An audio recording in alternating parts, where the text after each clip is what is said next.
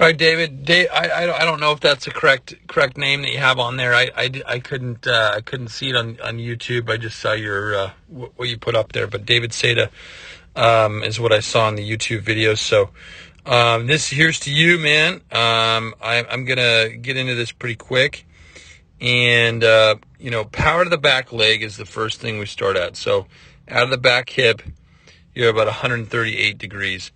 And in order to increase that velocity, we need, below 110. So we need to sit quite a few inches, maybe 7 or 8, possibly a foot with that back hip. So that's definitely, and I know it looks like you're just kind of warming up a little bit. I don't know which position you play, but that's going to be huge for you in power, creating that power. So front leg, as you rotate this front leg, we get into internal rotation, and we'll wait to see what happens to your front knee. So you can see how when you plant your knees inside of your ankle. And then as you throw the ball, your knee has to go over the ankle. So if you can speed that process up, it's about 16 degrees. That's a weakness.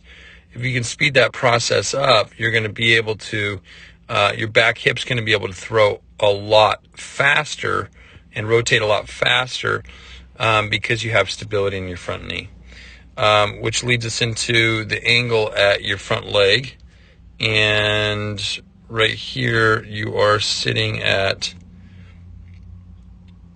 132 degrees. As you throw the ball, though, let's see here.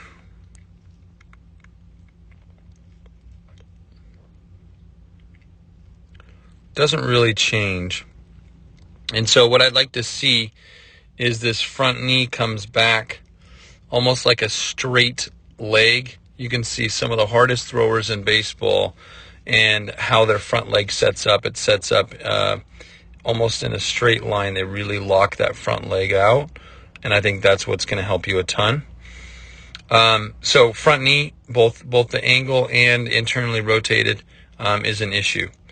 As you drive forward, we're going to measure this angle right here, about 94 degrees. Measure it again. 98 degrees. So we're about 98 degrees, and what I'd like you to do is, the longer you step, the harder you step forward towards your target, the bigger this angle is going to be. So let's say I want to get you up to 110. So your angle needs to be, that's 110. 2 or 3 feet forward. Maybe even a foot and a half is going to make a huge dent in that 98 to get up to 110. So that's going to be able to create more power. And you can also see what not squatting as much and not driving as long, you can see what happens to your back leg before you throw the ball. Before you throw the ball, your back leg's off the ground. So it's hard to throw a ball when your back leg is not supported. There's no stability in the back side, so you can't push with your chest. So it's mostly arm. So that's an issue that has a lot to do with power to the back leg, and that influences the front knee. So power to the back leg is going to be the where I want you to start. All right, let's look at posture at ball release.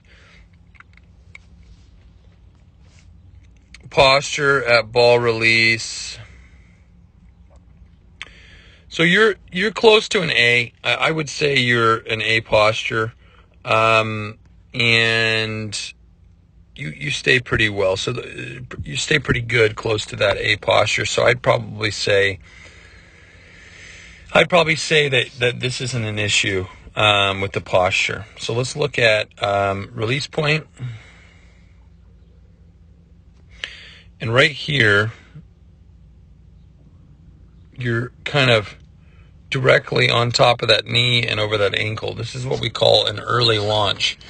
And when it's early, you create, number one, you're not throwing as hard, and number two, you create some potential arm problems the harder you throw. So that's something I want you to watch. And I want you to release past your front foot as far as you can. Not something crazy wacky or anything, but a little bit beyond that front foot is going to help keep you safe and then also help you throw harder. All right, so that's we're going to get into stacking now. And when you stack, I call it stacking, other people call it staying back. I mean, whatever, tomato, it doesn't really matter. But this back leg's got to be squatted into that back leg, and your upper body, you actually do a pretty good job of your upper body staying back over that front foot. So let's see how long you stay. That's pretty good. So I would say your biggest problem is going to be your back leg. That wrist right here is down almost this whole time. I'd like that wrist to be tighter earlier, and you're going to get better extension and better velocity out of that wrist. As you come up, you are doing a better job of straightening it and flexing it right there. But if you flexed it early, it might just feel a little bit better. Velocity might come out a little bit better too. So stacking, definitely an issue of yours. Definitely something I want you to work on. So look on the website, you'll see weaknesses, upper body weaknesses, and it'll be stacking. So you can find it there. That leads us into the front glove, and I think your front glove, you do a pretty good job of it. Actually, I like the front glove. You're pinching well, you're rotating well with it. I don't think that's an issue. Right here, I do think you have this issue. I'm going to measure off your back, your shoulders up to your elbow. It's 165 degrees. And what I want to have happen is you getting 180. So you're probably 3 or 4 inches elevated. It's called an elevated distal humerus or a high elbow. And what that means is you're putting a lot of stress on that labrum, on the top of that shoulder, kind of where your trap is, not to mention your elbow. So I'd like you to try to get this down further.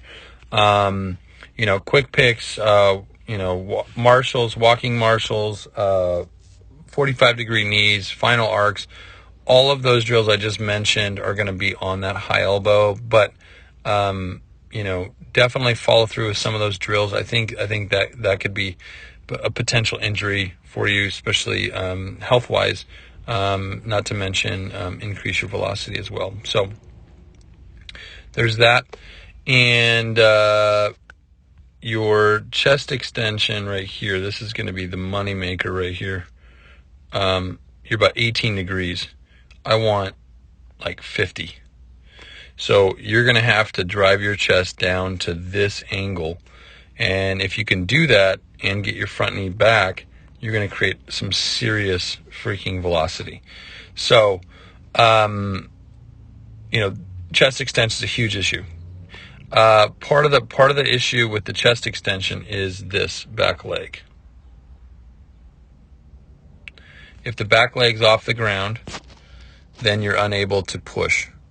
And if you're unable to push, you're unable to drive your chest. And if you're unable to drive your chest, you're unable to throw the ball hard. So that's going to help a ton.